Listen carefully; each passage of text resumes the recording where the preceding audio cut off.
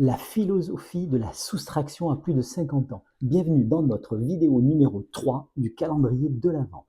On va parler de la logique inverse de la réussite. À 20 ans, on construit. À 30, on accumule, on ajoute plus de compétences, plus de responsabilités, plus de projets, plus de contacts. À 40 ans, on tient debout comme on peut.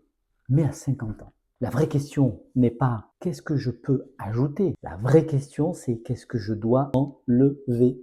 On s'aperçoit que l'on passe la moitié de sa vie à empiler des obligations, des rôles, des projets, des habitudes, des peurs. Et un jour, sans prévenir, tout ce poids commence à nous tirer vers le bas.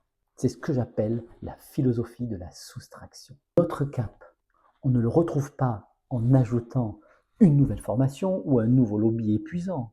On le retrouve en retirant le superflu. C'est le moment où vous arrêtez d'ajouter. Commencez à enlever. Enlevez ce qui vous épuise. Enlevez ce qui n'a plus de sens.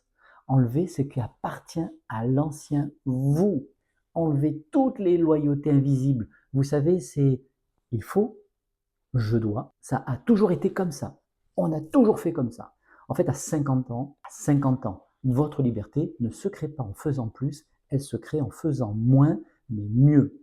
Et vous allez voir, qu'à chaque fois que vous enlevez quelque chose, eh bien vous récupérez deux choses précieuses. De l'énergie et de la clarté.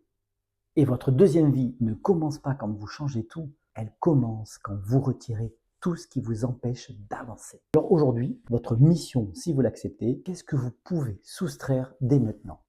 Une obligation, une habitude, une peur, une loyauté qui n'est plus la vôtre? Parce que c'est en retirant tout ça que vous allez redevenir vous-même. C'était notre vidéo numéro 3 de notre calendrier de l'Avent.